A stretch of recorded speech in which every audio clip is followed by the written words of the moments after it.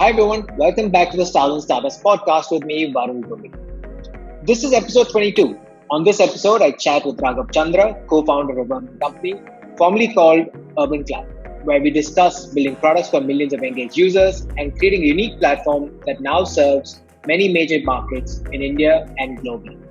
We also chat about building a product for clients and for the service providers, creating value and going about the process, and of course, things that he's done during lockdown. Do you want to keep updated whenever we release a new episode on the Stars and Startups podcast? Take a moment to subscribe to the channel to be informed whenever I release any new episodes. You can do that wherever you're listening to this podcast. Did you know that you can get goodies if you do subscribe to our email newsletter? Yep, that's right. Just go on to stars.substack.com to sign up for a newsletter so that you get informed whenever I release any new episodes. Okay, let's continue the show with Raghav of UrbanCompany. It's a very busy time, I think, for all of us, especially with folks that are running a technology company.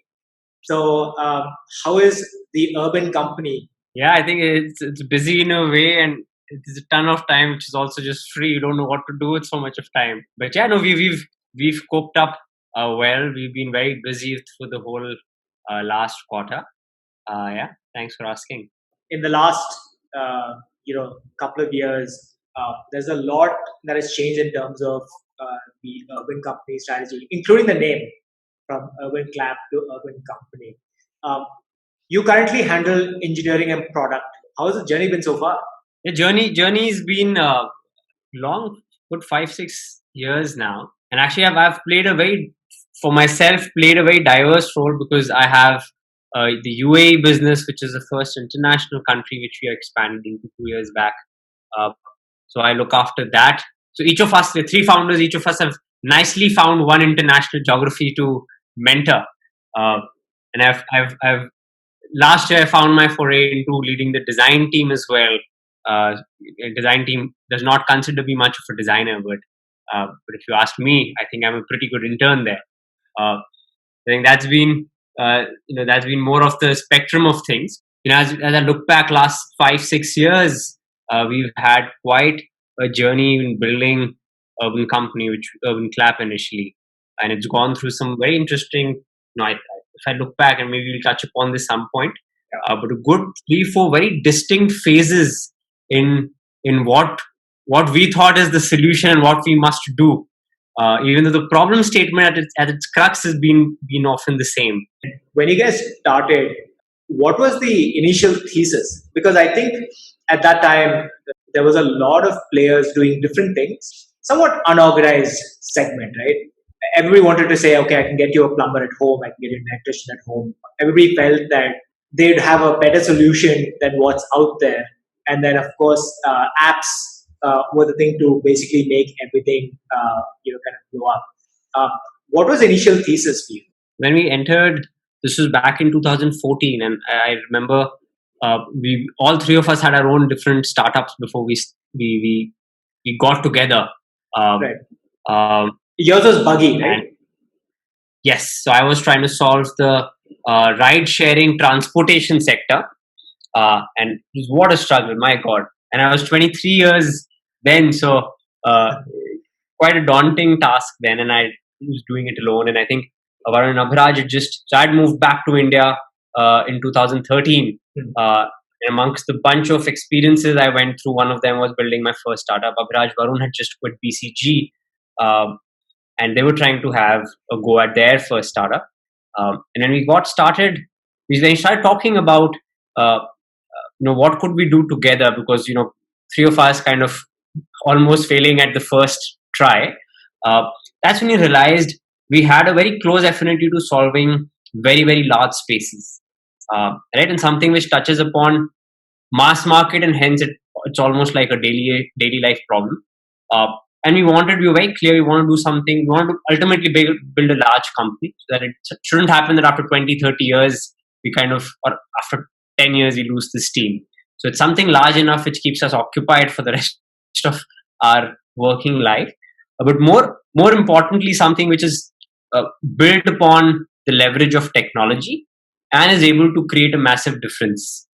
Because otherwise we would lose that passion. And we're fueled by disrupting very, very large spaces. And therein we found that one of the most archaic spaces, and we didn't have to be honest, think a lot, was being new to a city. I was new to Delhi. Actually, all three of us were new to Delhi. Somehow we were just ended up being in Delhi together.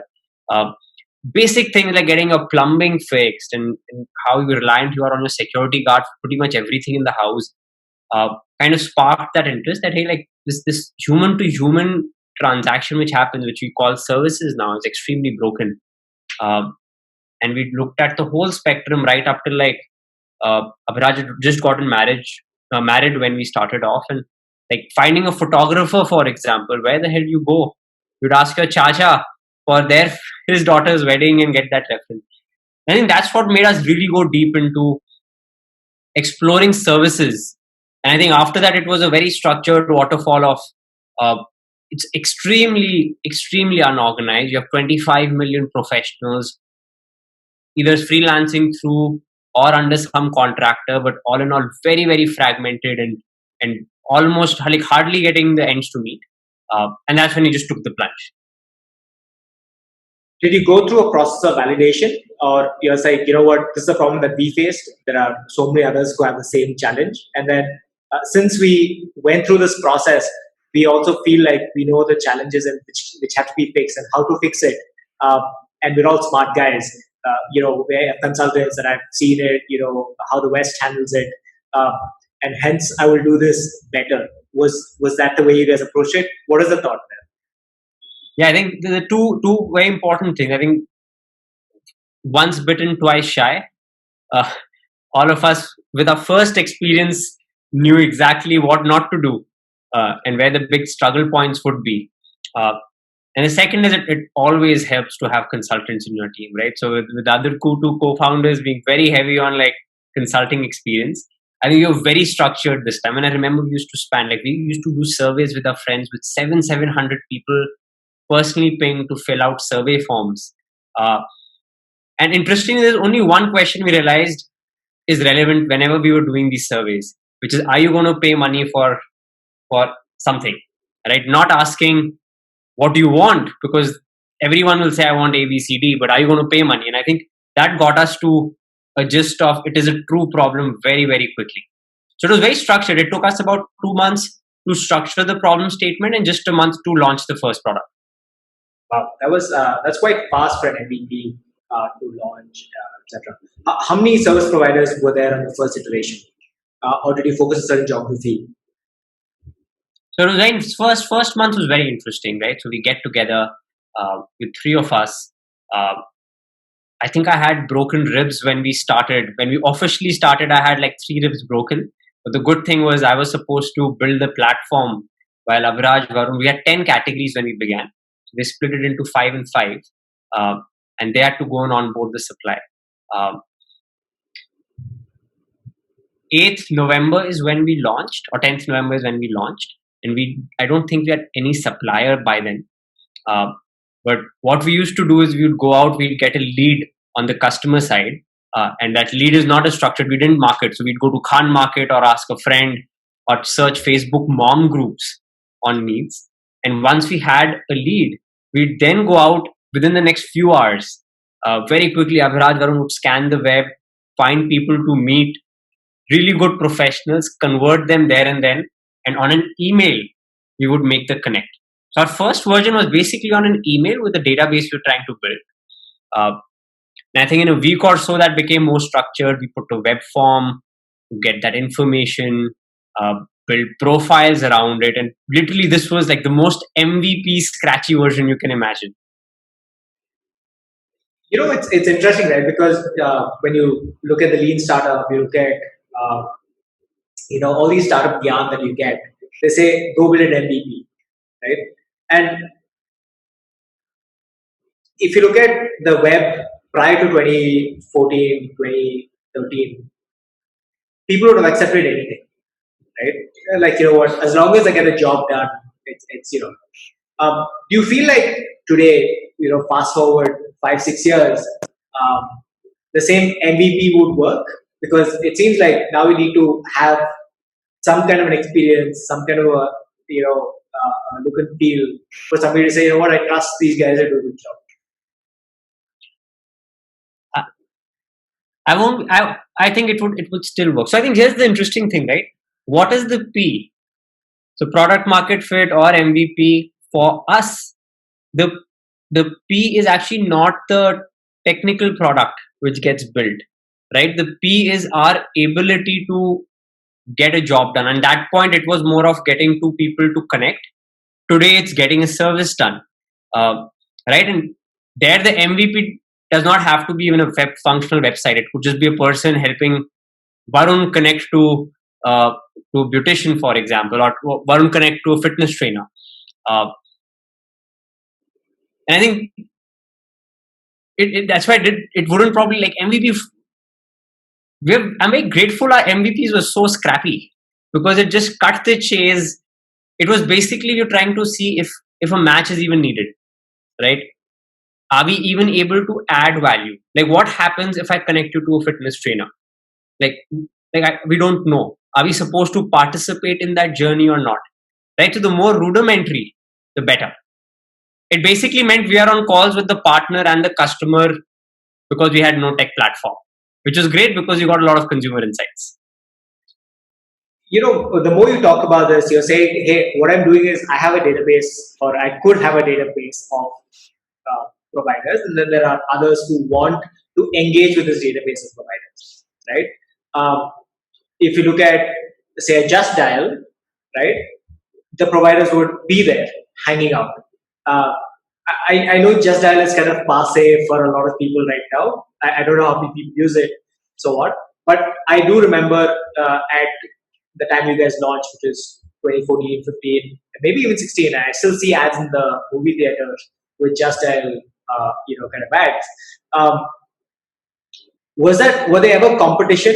Because I would imagine if I wanted some service, I would go to JustDial and probably find something. And they had the iconic phone number, which you could call and get these numbers messaged to you.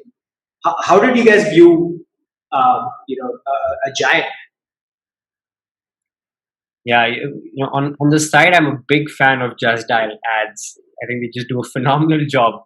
They still play it on the movie theaters, I think. So I think the first 2 years, when we launched, we were definitely not the first people. There were about 150 companies in the same space in India already launched. And some of them were pretty large from our vantage point then. I remember we used to have a David and the Goliath joke. It was not a joke. It was a pump up. It was a pitch we used to do in our town halls. The rally cry. Where, yes, and I think you were there in one of them probably, right? Yeah, it was funny because I was visiting, I used to sell payment services at that time. And I so happened to drop in on that day. And I think the news just broke that, you guys signed a big, term sheet. And so I think I heard parts of that town hall and I was pumped up. As a service provider, I was like, yeah, like go get them, right? Like it was exciting. So we had this whole David and Goliath thing happening, and it was not a real thing. We've used it a few times in our early days, and for that, the Goliath used to be like the bigger player.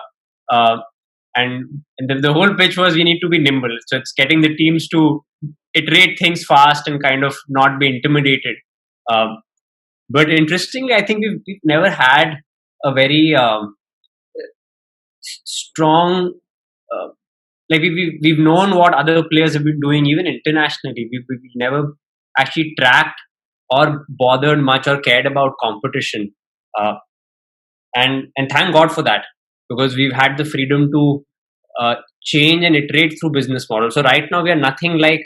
So I think the big players, if you said back in 2016 or 15 for us, though JustDial, it's a classified, so it's a very different industry. But some people would refer to that as one of the bigger players.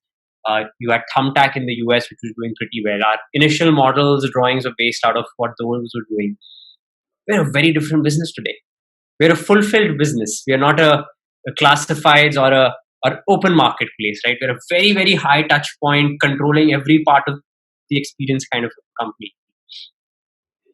Coming to the controlled part of the business, right? It was a very dirty business, so to speak, in the sense you'll have to go grassroots. The service provider and the person who received the service are probably from very different backgrounds, right?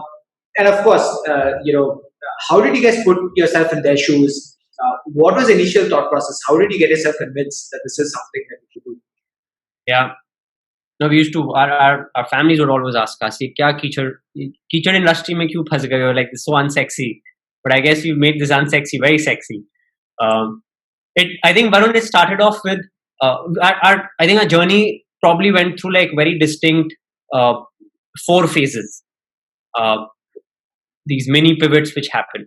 Right? The first version was, we were very clear that the industry is very fragmented. And there is definitely a lack of structure, right?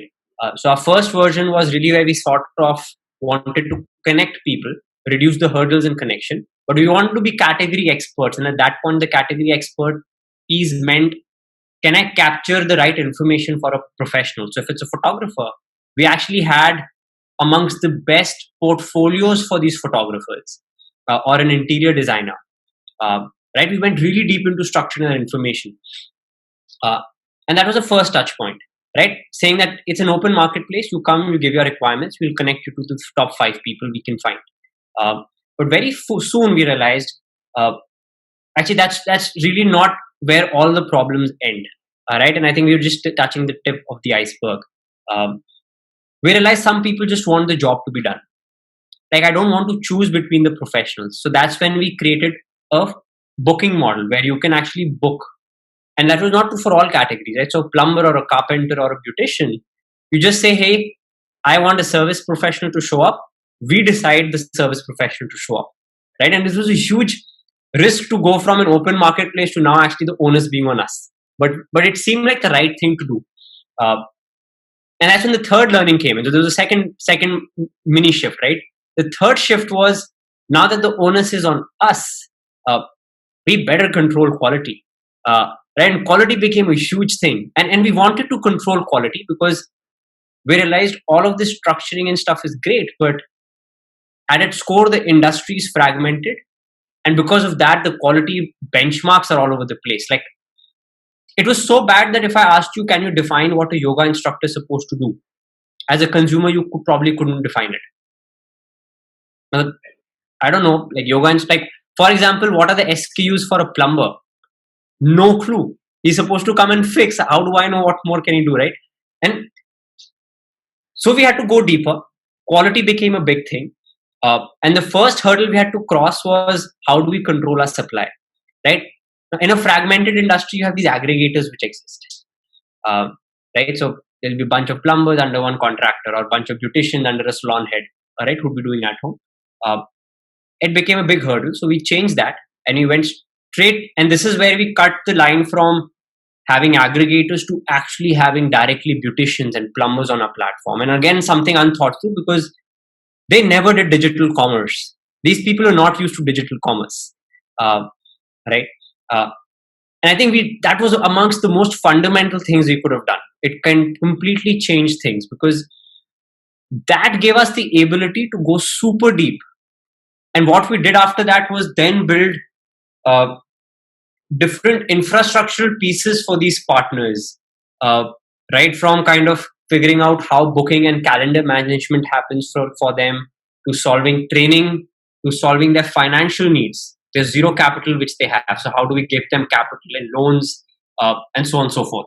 What's most interesting for me is, I want to come back to the product side of it, which, you kind of touched upon, because they're new to this and they've never done this before. How do you enable them?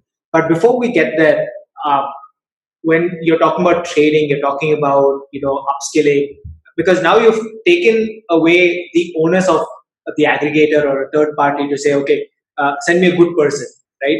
To actually saying, I'll take everyone and then I will put them on some scale that will ultimately say that, they do well, we do well, hence the customer is happy, so on and so forth.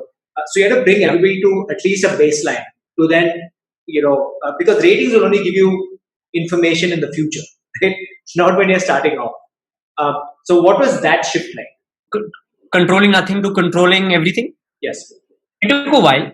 And you're right, rating only gives you, it just quantifies things. Right? It doesn't help you improve things. For that, you need to do actual things, right?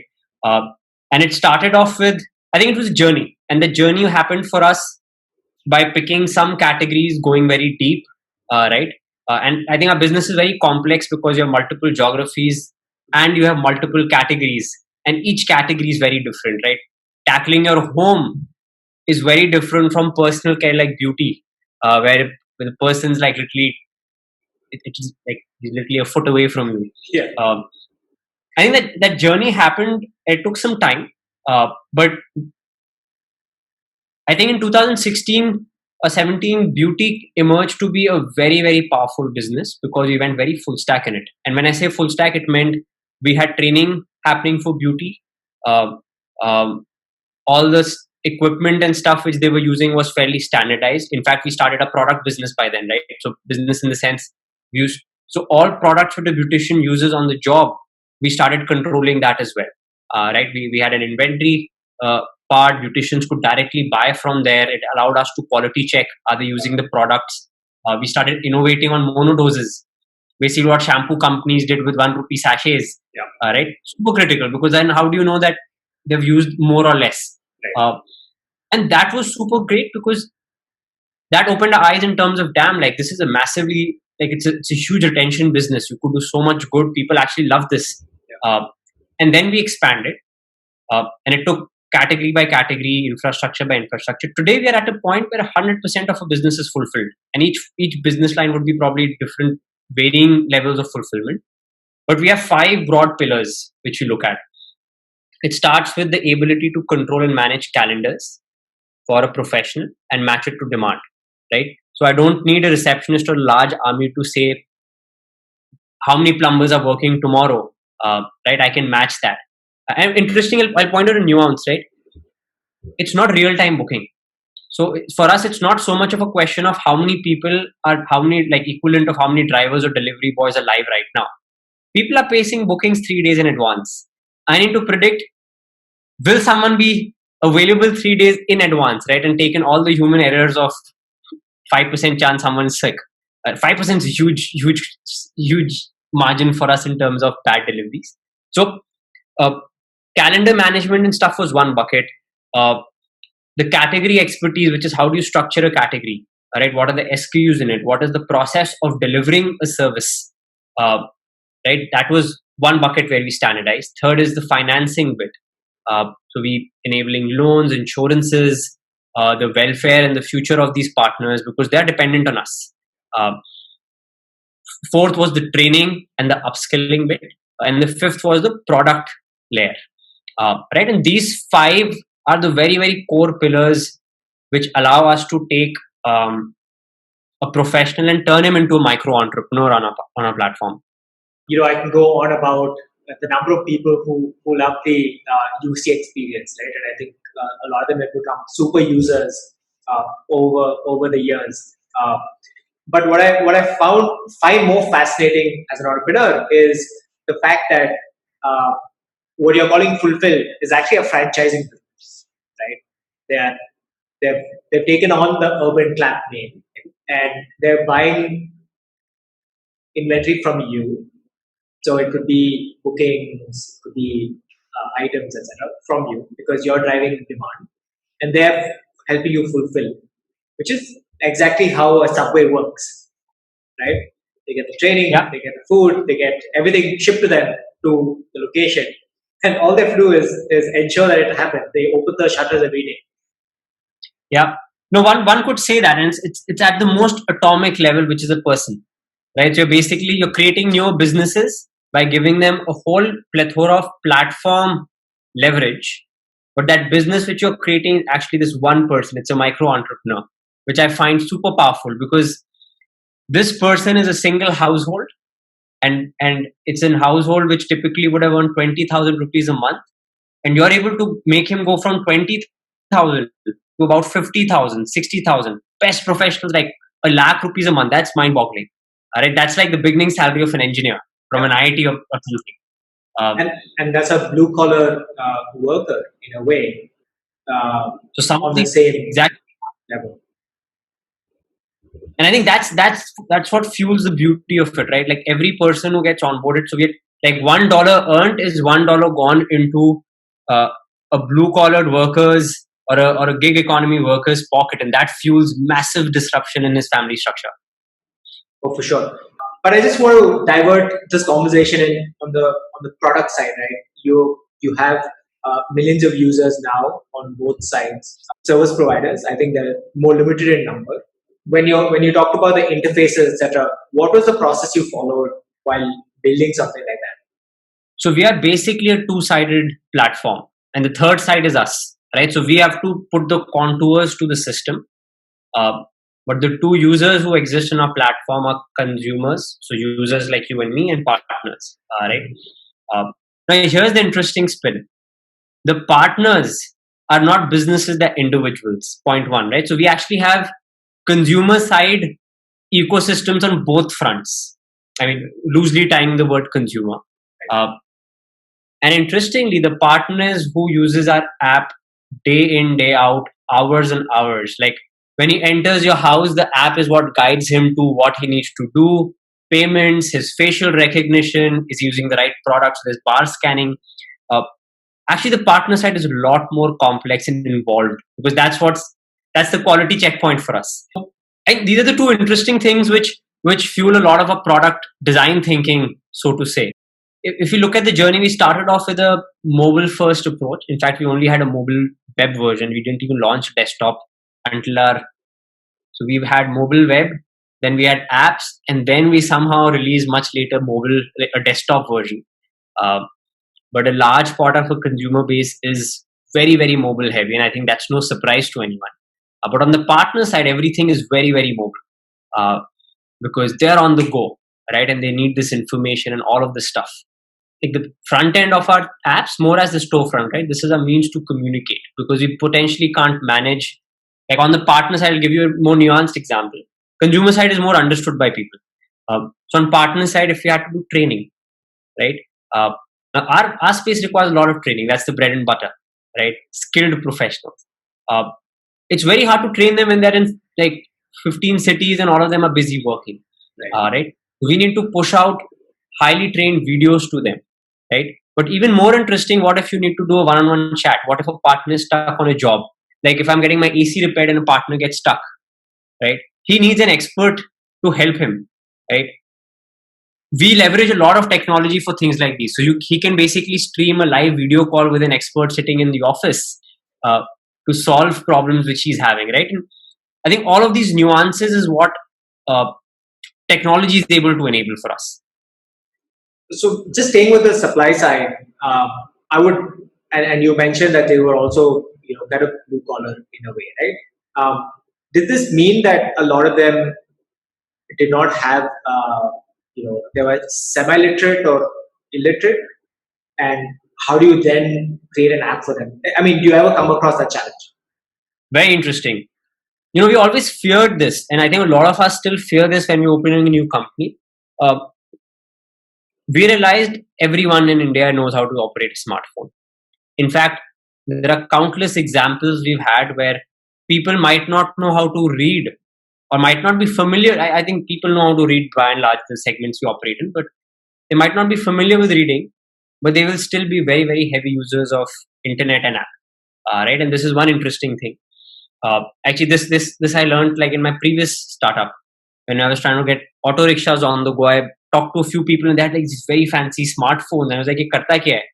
All they cared about is clicking a few buttons to few videos.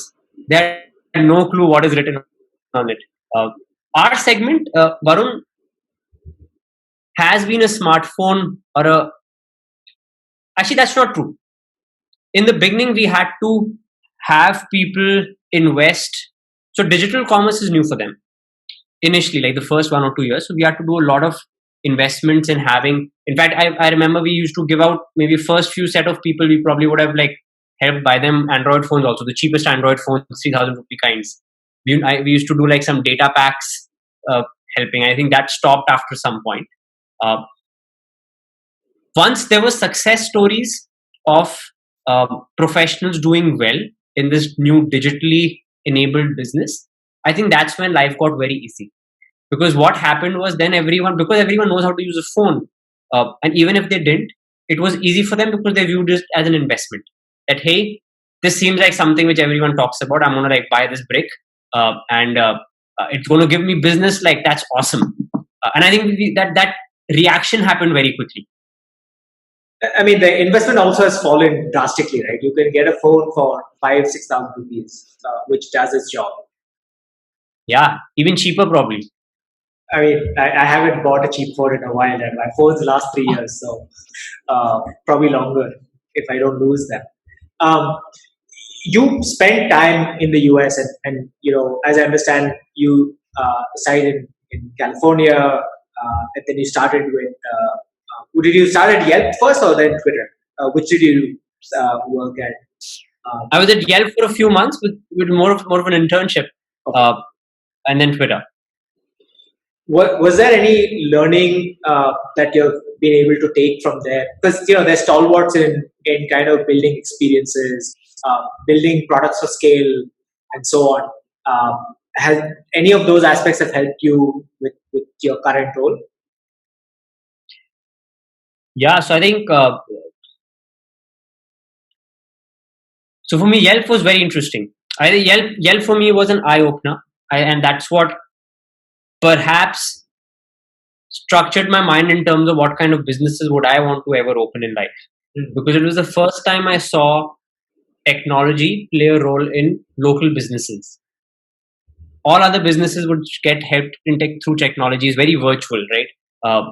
But this is the first time I saw that, hey, a barber shop could actually be still a barber shop. It doesn't have to digitalize everything, but technology becomes a forefront for its success. And it was a very interesting thought, right? Like, and I think in the 6 years I was in the US, it was the cusp from 2008 to 14. It was also when all marketplaces got born. So Airbnb, Uber, 2008 child. So for me, my most impressionable years of college and first years of working were actually spent in the lap of what now we call as a marketplace platforms. Right? And I think that's a huge bias I've always had. That's the technology I relate to, and I know this is. I think it's going to stay with me for a long time. Twitter was very fascinating because you are operating at like a scale which is like 1 billion pings a second, and that's fascinating. Like, it's massive. And I think a lot of my engineering roots and product roots got formed there because actually it was going through its growth spurt. I don't think I was early in Twitter, but when I joined, it was still 600 people, and when I left, it was like 3,000 people. So not early in the scheme of things, but definitely a lot earlier if I had to go back and meet peers. But also there was, during that time, the mobile penetration also changed, right? I mean, mobiles itself became commonplace in the US maybe after the economic slump of 2008. So interestingly, India became a very important geography for all the social media, social tech players somewhere in the 2011s and not 11s and 12s, in the 12s and 14s ke beech mein. That's true.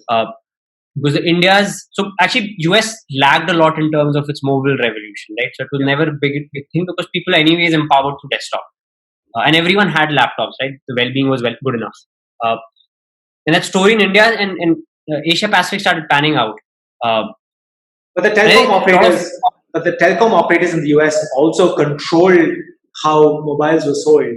So I think they also added that price, and that the barrier was far greater. I mean, I remember still having to decide which operator I go with based on what mobile I would get. Exactly. In fact, a lot of us would choose operators because they would discount your iPhone. So my first iPhone was simply because AT&T discounted it and made it like $200, and I was like, yes, that's why I want an iPhone.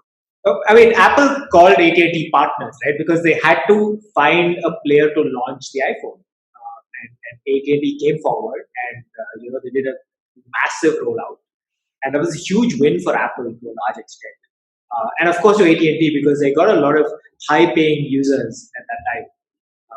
I still think a some friends of mine who are in the US still have unlimited data from the launch of the iPhone up to now, which most new players or new users in the US will not have unlimited data. Yeah, India is like what I don't think India's market would be the same if we didn't have the whole geo revolution happening with the internet and prior to that the mobile stuff. Some of the other interesting things that UrbanCompany has done over the years, right? You've launched a lot more products, which I think without the platform, those products won't exist to a large extent. The way that I think the yoga category was created, grooming as a home service was created. Probably your most power users come from your massage therapies at home. Category. How do you guys come up with this? Like, what is the process of monetization and creation of this vertical? So it's a very structured process. I think in us, so I think we have drawn some artificial boundaries for ourselves, right? So our mission statement is to empower millions of professionals worldwide to deliver services at home like never experienced before. So long mission statement, but basically it grounds a few things for us. It grounds that fact that we need to focus on services at home. Otherwise, services exist in all forms and fashions, right? Because that's really where a lot of the expertise lies. We can obviously cheat the rules sometimes, but this is where a lot of our current expertise is. And the second theme is around empowering professionals. We have seen a lot of leverage when we empower the professional himself, right? So that individual micro professional is super important for our mission. That's what, like, their success is what we live and breathe for. And the underlying principle in terms of business building is fairly straightforward. It's very cliched. If you create value, you will monetize, right? If you're not able to create value, no one's going to pay you for it, right? So let value creation come first. Monetization will happen. Thankfully, we've always been in a position where we've always monetized, because otherwise, initially we monetized actually very early on in our days. Reason being very simple. If you get people who are not paying, then those are the wrong kind of learnings as a business. Construct or those contours we've carried on to make things real. Now, typically, Varun, I think a lot of our categories are a little more obvious. So if you had to kind of plot all the big headings where the household spending goes towards, it won't be a surprise that we'd probably be a lot more into the top spends. But I think there's some filters on top which we often use, right? Just because something is large in terms of what consumers spending does not. So you have to look at service component here. Like, what part can UrbanCompany play a role in? Like, wedding is a huge industry, sure, but large part of wedding is like also like probably jewelry or catering or venue booking, right? So I think deconstructing that. Second is there need to be a genuine problem, right? If you're not able to identify the real, like if the experience is not very broken, it's very hard to solve it, right? So either you have to always be 10x above the current experience minimum. You can't be like a little bit better. You have to be 10x better. So you're saying that delta of experience should be 10x. So that means the old way of doing it versus the new way of doing it has that large experience differential. Yes. Otherwise, it's not a very, very strongly guarded moat. And it takes time. Sometimes it takes time to build that 10x differential. So oftentimes, a lot of our category starts with doing a math, doing the sizing. These are all obvious business things you do. But we'll take a punt. But the whole purpose of the punt is to be able to create this differentiator as the first starting point. And we're not shy. We actually pull down categories without blinking an eyelid if it makes no sense. And we're very brutal in being very focused and not doing everything. So whatever we are doing, better work. Otherwise, that intellectual mind is better spent somewhere else. Which category did you pull out very fast? That you tried launch and like, screw this, is not working, or it's not the way we want to deliver it? 2015-16, when our initial business model used to work, booking used to be less than 50%. Overnight, we decided to close 50% of our business. And it was and we had to tell people in, so it had to like kind of decline over a few months. But we basically gave up 50% of our then business in a matter of just successive meetings, with decision being just one final blow. This was what we used to call the whole non-booking. So like a lot of tuitions, events, business services used to lie there. And some of them we kept on in light sort on mode to kind of see if we can jump deeper. Even in the past, we've done like photography, for example. We took a genuine step to solve the industry, but we realized it's much tougher. We were not able to get a lot of intent. We parked it for them. All right. Packers movers was another such business in India, which we tried. Very complex business. It's definitely a worthy business. It's a very worthy problem statement to solve, but we tried and we parked it. Right, so we keep juggling this, and these skins keep coming back. Right, so it's not that we've parked it means it's a bad thing. It just sometimes means we're unable to solve it. Then we're not capable enough, and we probably need to attempt again later. It's timing. Timing is important. Now that there's so many categories that are doing well, you can always resurrect a segment that could potentially work in the future. Now that you have installed, you have the user base, you can always divert them to other things that they possibly want. Time, internal capability, and focus. Right, like teams get very to solve these things deeply. A lot of focus which goes in. I think the juggling happens there. We want to build small value add businesses, but like 1,000 of them, because that's more like a die by 1,000 cuts kind of a trajectory. Talking about revenues, when you launch any of the subscription, is that a product recommendation or businesses like we need to make a new revenue stream? Because subscription we have two subscriptions. One is on the partner side, one is on the customer side, right? Both serve very different purpose. So customer side subscription is more to give majorly a price leverage to a customer so that he retains for longer, right? So he would, and the idea behind any subscription membership program, even though you're giving him a cheaper proposition, is he would end up using you more than he would have otherwise used you, right? So you basically end up creating more business value for yourself and the partner, which outweighs the discount which you've given him. So it becomes a win-win situation, right? That's typically a membership with loyalty programs are all the same. What's the delta from a non-paying, non-subscribing member to a subscribing member? What kind of a jump did you see? The math would be a lot more complex now, but we did see a substantial jump when we initially when you kind of do two kinds of users. There's a pretty stark difference in same people who didn't subscribe, and as soon as they subscribe, what happened to them? All right, and the reason my math is complex is because then you also have to do things like there's a self-selection, right? I'm anyways a power user, so I want to subscribe. Good for me. I would anyways have used UrbanCompany, but hey, guess what? They're giving me a discount now, right? And there the math becomes super nuanced, and a lot of jargons would get thrown. But there's a substantial difference.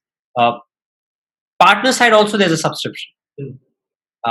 Right now, partner side's a little similar reason, but you basically give them high predictability. You tell them, hey, so you want partners to put in a certain number of hours because it's meaningful for them then.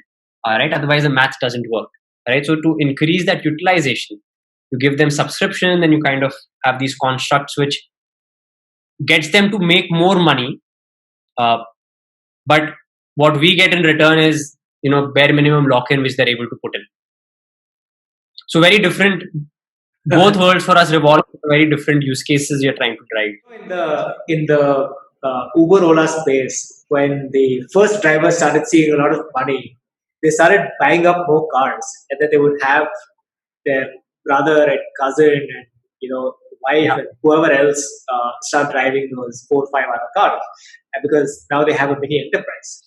Are you seeing something similar happen on the UrbanClap side? So the model, no, and that's an aggregator model. So and I think so. Even taxi commerce has changed that in India now. But that's basically akin to saying there's an aggregator who actually possesses the cars, and then he has his drivers ride it around. And this is a learning we had in our second year, and that's when we shifted to individuals, because the problem you run into is exactly the same. The aggregator is not doing the job. So his incentive is to earn money, but the person who's doing the job does not get any benefits of the platform. So he's going to do a crappy job at it anyways. He's an intermediary. He doesn't care. He's like, somebody does the job for him. As a platform, you're not incentivizing the real person who's doing a job, and the person you're incentivizing does not really care. When you launch global international markets, have you had to change any of these processes, or there are new segments or new categories you had to create to go there? Ooh, that's a very interesting one. So our international geographies have this category which is basically 80% of their business. That category does not exist in India. Zero. Wow. So you're talking about Middle East. You're talking about Middle East, Australia, Singapore. These are your main markets, right? Outside. Yeah, these are the 3 markets we launched. So UAE has been 2 years, so it's a little more matured. Singapore, Australia, January babies. So all practical purposes, basically 3 months into their existence. Their maids is a massive. So maids and beauty are 2 massive pillars, right? And home repair is the third one. But the interesting construct is maids does not exist in India because you already have a lot of offline unstructured supply, which is very cheap. So in India, the high quality cleaning jobs are actually very professional people coming in with equipment, cleaning your sofa and stuff, right? But in these geographies, that layer itself, that maids layer is a structured market, right? And there people are willing to pay for quality, and that's one of the largest categories which we have. You also have like the more typical India massive value adds, right? So like you have salon or you have men's grooming, but this one is an interesting one. So India does not have that. It's something fueled internationally. Even business model differs a little bit. Like in UAE, even in Singapore, to that matter, these are largely visa-driven economies, right? You have a lot of immigrant workforce, right? And some of them, the rules are such where you have to work with the middle layer. So in UAE, for example, the stakeholders are a lot. So you have your consumer, you have the actual maid who delivers, you can have an aggregator who controls a set of maids because this is the real business, and then you have a driver because maybe that economy is not very well versed with transportation, so you need cars which are traveling around. So it's a very interesting. It's a four party marketplace in some of these geographies, whereas India is just 2. Oh, that's incredible. So you're saying that even to ferry the service provider, you need like another service to be able to do that. Yes. So you have these vans. They're like remote offices. These vans which are floating around the city, right? And they keep doing drop-in, drop-offs, and they have calendars, and you kind of have to. The driver has a little mini app where he can see kaun kiska time aa gaya hai. So you're literally running like a mini van service for the service provider in a way. In a very tech-enabled way, right? In a very light touch way, but we have to take care of those aspects as well. Yes. The UrbanCompany until recently has about 175 million. At least publicly, that's a number that's available in terms of what's gone into building this service over the last 5-6 years. Where has a lot of that investments happened? Is it on the tech side? Is it on the enablement side? Where has a lot of that investment gone? Yeah. So to begin with, I would say there's a large portion of that which is still there. So I think we overall you'll find us to be a very frugal company. That's one of the core pillars which we have internally. Extremely frugal in terms of business building, and hence we have a large war chest. A lot of our investments go into, I think, broadly 2 parts, right? A lot of it is in just team building and capability building, because that's what fuels the thinking and innovation. And second part is in driving a bit of growth and spreading the word, so awareness and brand building. Right, and the two buckets, right? So fueling growth, customer acquisitions, and a large part of it is just capability building and team building. And second one is more future sight. You're building for the future. First one is massively calculated, extremely frugal. Our marketing teams hate hate us as founders because we're like always very mathematical about it. But jokes aside, I think culturally we are a very different growth engine, so to say, because it's always very calculated and value driven versus throwing money at the problem, which is another strategy which often works for a lot of companies. But we just feel like that's not something which would work for us. We're a more experiential category, so solving for core value proposition is our way of fueling for future growth. I mean, the product has to be solid, right? Otherwise, you're going to miss out on repeat users. And I would imagine any home service is a repeat user category. And that you have multiple verticals. You also have cross promotion of those categories on the application. They know, okay, if I'm getting home service, I know I got a good service for this vertical or this segment. I can then use it for the other one, and then so on and so forth. If you're building only to connect one person and that's it, and there's no brand involved, then I'm sure you're not going to be able to survive in a market like that. Have you heard of this is a very popular Bezos stakeholder letter, right, which talks about his divinely discontent consumers? No, please, I'd love to understand what it is. So this comes from Bezos, where he's popularized this tag, right? Consumers are divinely discontent, Okay.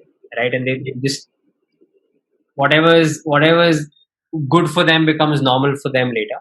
And the interesting thing is, in services, both the divine and the discontent part are exaggerated. So you do a very, very good job, you're in a very high NPS category, right? So in categories where we have very good full stack, we have the highest consumer tech NPS of all segments, right?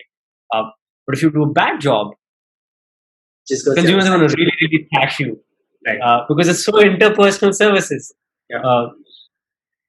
I was going to say the same thing. Like, I thought we didn't have time to touch on that topic here, but since you brought it up, because I would imagine, for somebody who is, I've built many customer service teams, you have two ends of the spectrum, right? And because they have bad experience, they will want to talk about it because, everything the company has done is wrong, right?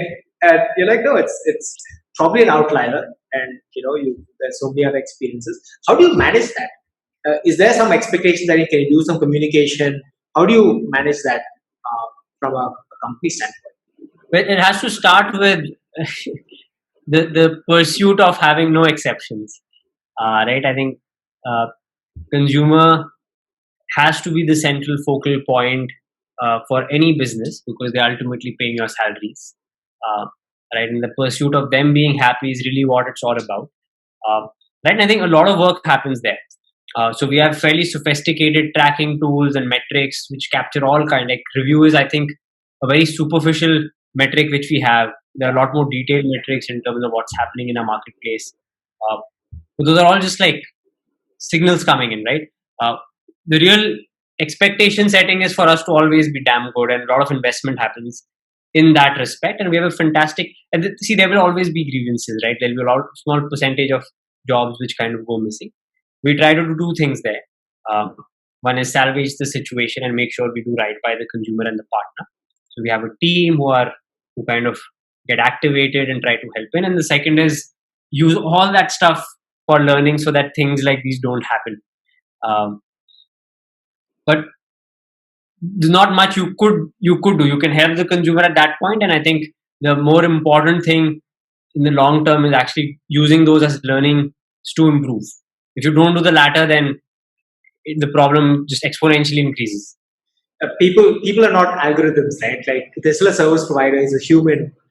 They're not going to be exact and perfect every time, and also the recipient will have their own challenges and requirements that may not necessarily be fulfilled by somebody that shows up. Absolutely. So we'll just touch on the COVID topic, as the last piece of this conversation. You obviously have all these growth plans, and from our conversation, it seems like you're a frugal company, so you have money in the bank to basically outlast COVID, so to speak. But from a future and a projection standpoint and a business standpoint, what are you guys thinking right now? on basically navigating the crisis? Because it seems like it's going to be almost a year and a half for people to start getting comfortable, opening up, things coming back to so-called pre-COVID levels, which I don't know what that even means. So what are you guys thinking right now? There is no waiting for something to happen. I think we're already in a new normal, and the shift happened when it was of us as businesses realizing that the world has changed and the playing field has changed. So if you look at the last quarter, obviously no business was spared. We were not spared. We had zero business for 2 months. And some of the biggest concerns were how do we do right by the consumer, the partners, consumers to thai nahi us mein, right? So right by the partners, and how do we do right by employees? And we basically 1,300 people went from working in offices and working from home in a matter of 2 days over a weekend. Right, putting desktops into people's houses or laptops or procuring them, whatever it took. Safety mattered, and because business was zero, everyone in the company basically either was like working on tech and investments for the future, or just grooming and counseling and talking through partners and training. We use this time to upskill, and a lot of investments had to be made to make sure our partners are able to survive through these 2 months. Salaried people have a buffer, a lot of partners don't. Right, and especially when they're working for themselves, surviving for multiple weeks without it was hard. So we did a bunch of things, from raising funds to giving them interest-free loans from our own side so that they can just pull through these times. Employees we had to take care of, and more nuances of like, are they happy? Are they learning things? We launched our UC Academy, where we still have sessions every day, every week. Sorry. We decided we're not going to touch on salary cuts or layoffs at all. That's the last thing we want to do, because our first responsibility is to our partners and employees, right? And thankfully we didn't require to. But the good news is we were waiting and hoping for the economy to start opening up, and now that it started, things have started picking up fast for us. And all the 2 months we've been in slumber. We've not actually been in slumber. We've been working very hard to invest in training and adjusting to the new normal. Right, making sure every partner when they go live has masks. We have amazing tech build to make sure temperature checks happens daily. Right, and when a partner enters your house, you get to see what has been his temperature readings for the last 4-5 days. Right, and before even he enters your house, we decide on our own if he's wearing a mask, and if it is the partner. And bunch of these things happen to basically prepare for this new normal. Right, the good news is it's returning back, and we're a little optimistic, to be honest. I think hygiene and safety have become already important, right, in the new normal. And there's a chance for us to do, if you're able to do a good job at going deeper as a structured player, there is a silver lining to this, where we might be able to have and create more delight, because more consumers would want to not go out to a salon or an external parlor with a bunch of people, and they'll feel comfortable. I'm feeling more comfortable in my house. Right? If I restrict my interactions to maybe one person coming, these are all more controllable factors, right? And I think we are optimistic and looking forward to how things pick up again. And I think some new categories have come up for us for this time. Some we've realized that these will become harder to do. Right. So I think what's happened is, because of the strain on the economy and the earnings for by and large everyone, anything which is more functional gains more importance. Right. Anything which is a little more luxury, or so to say, ambitious, becomes a little harder, at least for the interim time being. Right. So for us, those categories a little more ambitious aren't the biggest growth drivers right now. Things which are very functional, right? Salon, repairs, AC, right? Those are actual needs, and people can't keep holding on to it. At some point, you have to return essentials to normality. Well, there's definitely going to be latent demand that's going to obviously drive some of that consumption. So we will see delayed demand. So I think our services are things which people cannot use for a few weeks. At some point, a lot of our main categories will see that demand pour in, which we are starting to see now. Are there any new skills you picked up during lockdown? Yeah, I became a pretty well an okay-ish ukulele player. Okay, you're a Uh, ukulele lying around. I do have a ukulele lying around. Okay. I have a ukulele and guitar, and I think this season I chose ukulele, and I did a massive theory course, self-learned theory course. So now I really understand how chords work and why do certain chords or keys, so to say, make better sense to our ears. Uh, I think that's really the big one. Which I tried origami also. For those, I think for any listener who's out, like if you, I also realized focusing is very hard, and I suck at it. Right, and I think lockdown made you really realize like focusing is hard, and to solve that I tried my hand at origami. And for those who think origami is about making those like tippy top things or like those boats, you're wrong. You could make some really intense like dragons and stuff, and it takes hours to make some of these pieces. I have huge respect for those who do it. I failed at it, but that's another thing I was trying to pick up. Origami is a Japanese art, right? Yeah. It's, they have a lot of different nuances to it, and I think they have grids. They visualize grids on the paper, and then you think about how each grid functions. Yeah, it's like a mechanical engineering course where you're like a piece of paper where you have all like you have to model things. Professional origamists would like model thing and then they start folding. It's mind-boggling. A worth try, especially if you're looking for like a little more meditative form of activity. If you have some cool resources that you found, I can put it on the links so people can maybe explore if they're interested in that. You can save them some time. Sure. Hey Raghav, this has been amazing. Thanks for sharing all the amazing learnings that you've had at UrbanCompany. Thanks again. This has been amazing. Thank you, Varun.